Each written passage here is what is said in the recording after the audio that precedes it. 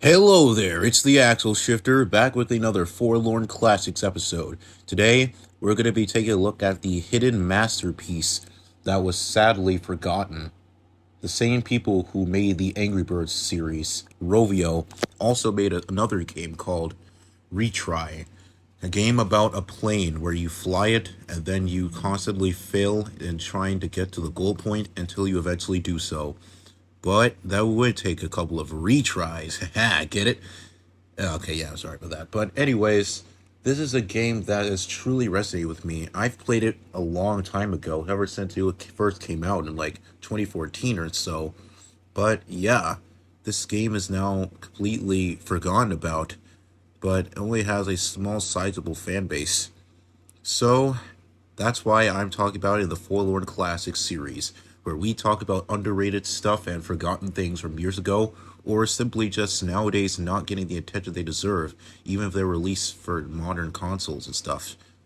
So let's do this. Retry is a game that was made by, of course, Rovio, same people who made Angry Birds, but instead it's about a plane and where you just fly around, hoping to not crash into something and land on the checkpoints until you eventually land at the airport, the landing point.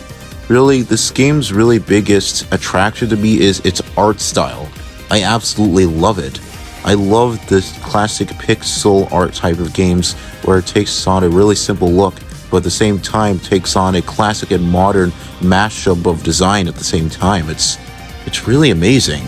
And also, the level design here is stellar because the game itself gets more and more complex and difficult. Firstly, we have the Small Leap level, which is basically just a simple tutorial level of the game where you get a basic feel of it and how things are going to go. And then you have the other levels which get even more difficult and more obstacles come your way. And also you can collect little coins which you can use try to help you retry throughout the game by spending it.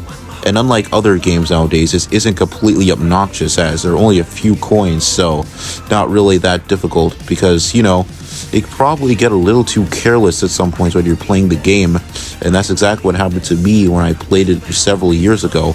I mean, it's a few years ago, really. This was 2014, at least 8 years ago now. But yeah. Also, now for that design of the little plane, it's kind of cute enough. I mean, it's serviceable.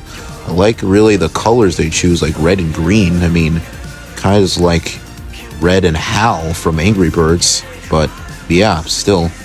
But anyways, now let's talk about really the soundtrack in general. The soundtrack is fucking legendary. I absolutely love it. Now, hopefully I can play a decent portion of it without having to worry about copyright per se, but here we go.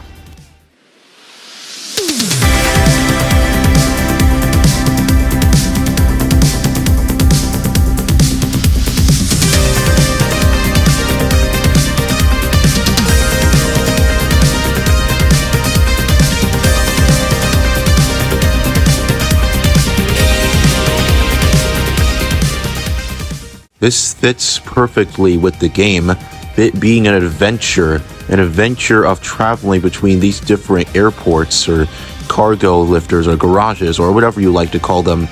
They easily fit this game perfectly, and once again, this soundtrack fucking bombs hard, man. I mean, I would say slap, but I just want to say something different, guys.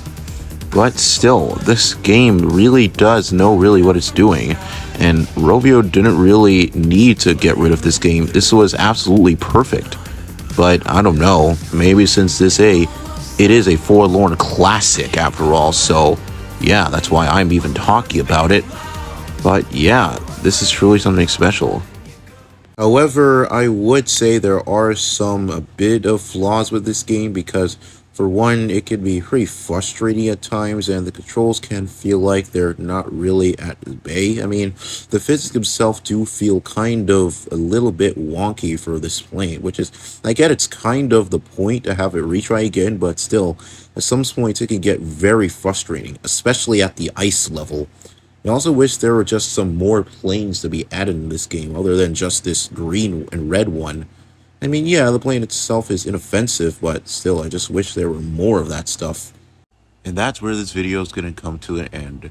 Personally, this game is truly just one of the most underrated masterpieces that Rovio ever created, but unfortunately, this game isn't really talked about that much anymore, but which is why I'm talking about it in Forlorn Classics. So, if you have an Android phone, or suppose because it doesn't work on iOS, because that's what I usually have. So yeah, if you also happen to have that phone, download an APK of it, and you will like this game. I mean, for mostly, I just highly recommend it. So yeah, that's it. Goodbye.